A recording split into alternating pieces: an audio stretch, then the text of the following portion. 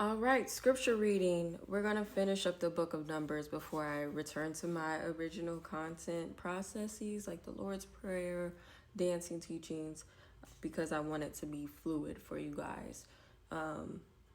So let's go. We're picking up in Numbers chapter 22, Balak summons Balaam. Verse 1. Then the Israelites traveled to the plains of Moab and camped along the Jordan across from Jericho. Now Balak son of Zippor saw all that Israel had done to the Amorites, and Moab was terrified because there were so many people. Indeed, Moab was filled with dread because of the Israelites. The Moabites said to the elders of the Midian, "This horde is going to lick up everything around us, as an ox licks up the grass of the field." So Balak son of Zippor, who was king of Moab at the time, sent messengers to summon Balaam son of Beor, who was at Pethor near the Euphrates River in his native land. Balak said, "A people has come out of Egypt, and they covered the face of the land and have settled next to me. Now come put a curse on these people, because they are too powerful for me. Perhaps then I will be able to defeat them and drive them out of the land. For I know that whoever you bless is blessed, and whoever you curse is cursed." The elders of Moab and Midian left, taking with them the fee for divination. When they came to Balaam, they told him what Balak had said. "Spend the night here," Balaam said to them, "and I will report back to you with the answer the Lord gives me." So the Moabites officials stayed with him. God came to Balaam and asked, "Who are these men with you?"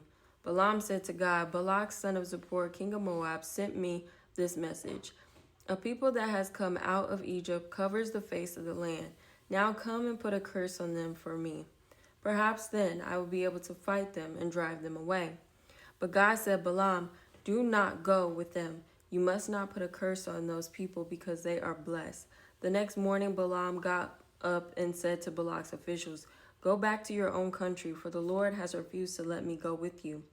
So the Moabite officials returned to Balak and said, "Balaam refused to come with us."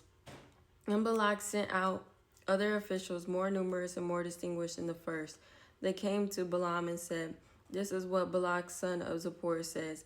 Do not let anything keep you from coming to me, because I will reward you handsomely and do whatever you say.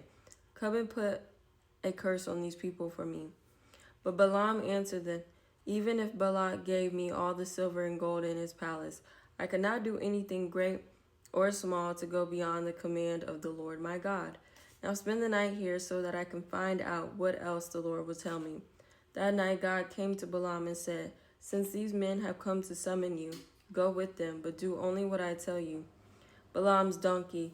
Balaam got up in the morning, saddled his donkey, and went with his Moabite officials. But God was very angry when he went, and the angel of the Lord stood in the road to oppose him. Balaam was riding on his donkey, and his two servants were with him. When the donkey saw the angel of the Lord standing in the road with a drawn sword in his hand, it turned off the road into a field. Balaam bid it to get it back on the road. Then the angel of the Lord stood in the narrow path through the vineyards, with walls on both sides. When the donkey saw the angel of the Lord, it pressed close to the wall, crushing Balaam's foot against it. So he beat the donkey again. Then the angel of the Lord moved on ahead and stood in a narrow place where there was no room to turn, either to the right or to the left. When the donkey saw the angel of the Lord, it lay down under Balaam, and he was angry and beat it with his staff.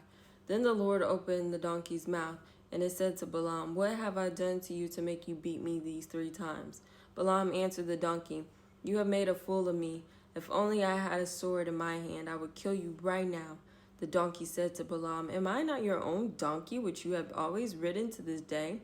Have I been in the habit of doing this to you?" "No," he said. Then the Lord opened Balaam's eyes, and he saw the angel of the Lord standing in the road with his sword drawn. So he bowed low, and fell face down. The angel of the Lord asked him, "Why have you beaten your donkey these 3 times?"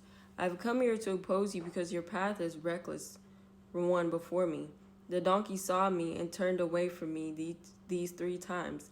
If it had not turned away, I would certainly have killed you by now, but I would have spared it." Balaam said to the angel of the Lord,